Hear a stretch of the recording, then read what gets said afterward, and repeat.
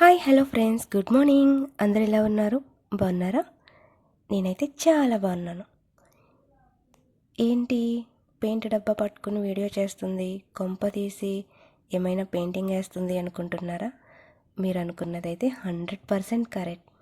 నేను పెయింటింగ్ వేద్దాం అనేసి ఈ పెయింట్ డబ్బా తీసుకున్నా. కానీ నేలపైన పేపర్ పైన కాదు, మా ఇంట్లో ఉన్న గిన్నెల పైన. ఎందుకు ఇంత పెద్ద నిర్ణయం తీసుకున్నానంటే, 50 రూపాయలు ఖర్చు పెట్టి పెయింట్ డబ్బా పోయినా పర్లేదు, కానీ 5 రూపాయల స్పూన్ కూడా పోకూడదనేసి ఈ నిర్ణయం తీసుకున్నా. మా అమ్మ నేను కాలేజ్కి వెళ్ళేటప్పుడు నా స్టీల్ బాక్స్ కింద తీసుకొచ్చాయి. పక్కింటి వాళ్ళకి కోరిచ్చినప్పుడు బాక్స్ కింద మర్చిపోకుండా తీసుకురా, ఆ స్టీల్ అనేది ఎందుకు ఇంత అలా ఉంటుంది అనేసి అర్థం కాలేదు. కానీ ఆడవాళ్ళకి ఈ స్టీల్ సామాన్కి విడతీయలేని బంధం ఉందని నాకు కూడా ఈ మధ్యనే అర్థమైంది. ఏదైనా వస్తువులు ఏమైనా ఐటమ్స్ వండుకున్నప్పుడు ఎక్స్చేంజ్ చేసుకున్నప్పుడు వస్తువులు మారుతూ ఉంటాయి కదా. అలాంటప్పుడు ఏదైనా ఒక వస్తువు చేంజ్ అయినప్పుడు వాళ్ళ వస్తువులు మనకి, మన వస్తువులు వాళ్ళకి వెళ్ళినా ఎందుకో తెలియదు కానీ వాళ్ళు ఫీల్ అవుతారు, మనం ఫీల్ అవుతాం. అలాంటి సమస్య రాకూడదు అనేసి నేనైతే పెయింట్ డబ్బా తీసుకొని వేస్తున్నాను. ఇంకొక విషయం ఏంటి అంటే, కన్ఫ్యూజ్ అయిపోతున్నాం అనమాట. అంటే ఆల్మోస్ట్ అందరికీ ఒకే రకమైన వస్తువులు ఉండడం వల్ల, ఈ గ్లాసులు, ఇవి గిన్నెలు ఇవన్నీ ఉండడం వల్ల తెలియడం లేదు. ఒక చిన్న టీ గ్లాస్ కూడా ఆడవాళ్ళకి చాలా ప్రాణంగా చూసుకుంటారు అనేసి నాకు అర్థమైంది. పోయిన సంవత్సరం నేను పండక్కి ఉన్నప్పుడు చాలా స్టీల్ వస్తువులు తీశాను. ఈ సంవత్సరం అందులో సగానికి సగం కనిపించడం లేదు. ఇది ఏంటి అంటే చిన్న కన్ఫ్యూజ్ వల్ల జరుగుతుంది మిస్టేక్ అని నేనైతే ఇలా పెయింట్ అయితే వేస్తున్నాను. వినడానికి కామెడీగా ఉండొచ్చు, కానీ ప్రజెంట్ అయితే నేనైతే ఈ సమస్య చాలా తీవ్రంగా ఫేస్ చేస్తున్నాను. అందుకే ఈ పెయింట్ డబ్బా తీసుకొచ్చి ఇలా పెయింట్ వేస్తున్నాను.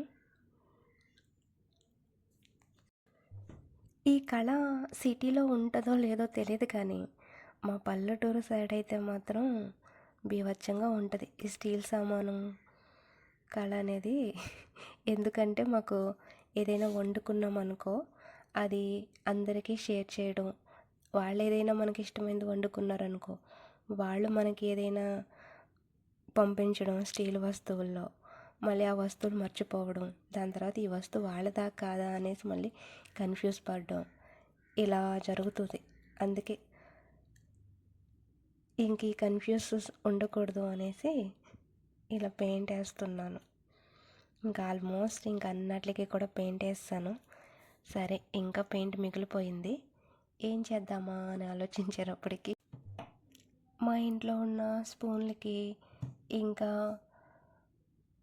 ఉంటాయి కదా, ఇలా కొబ్బరి కోరుకుంటారు దానికి, ఇంకా అన్నీ ఆల్మోస్ట్ అన్నిటికీ వేస్తాను. ఇంకా పెయింట్ మిగిలింది, ఏం చేద్దాము అనేటప్పటికి ఇది కూడా ఇంకొక పెద్ద సమస్య నాకు. ఏంటి అంటే, గిన్నెలు పెడతాం కదా ఈ స్టాండ్, ఇది ప్రతి పండక్కకి అమ్మ బాబోయ్ పెద్ద టార్చర్ చేసేస్తుంది. అందుకనేసి ఇంకా దీనికి కూడా మనం పెయింట్ వేస్తామనుకో పని కొంచెం తగ్గుతుంది అనేసి ఆలోచించి చిన్న బ్రష్తో అంత పెద్దదానికి పెయింట్ వేయడం కష్టమైనా సరే ఓపికగా కూర్చొని పెయింట్ వేస్తామైతే మొదలుపెట్టాను.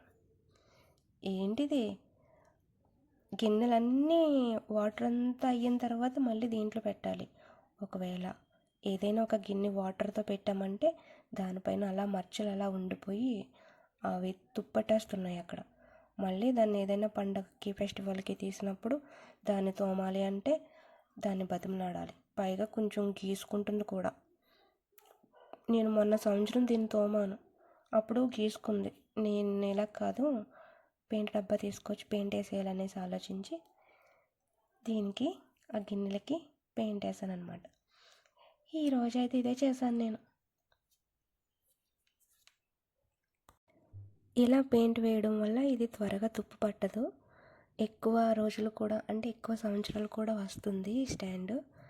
పండక్కి కూడా మనం దీన్ని తీసి క్లీన్ చేయడం అలాంటివి కూడా ఈజీగా అవుతుంది.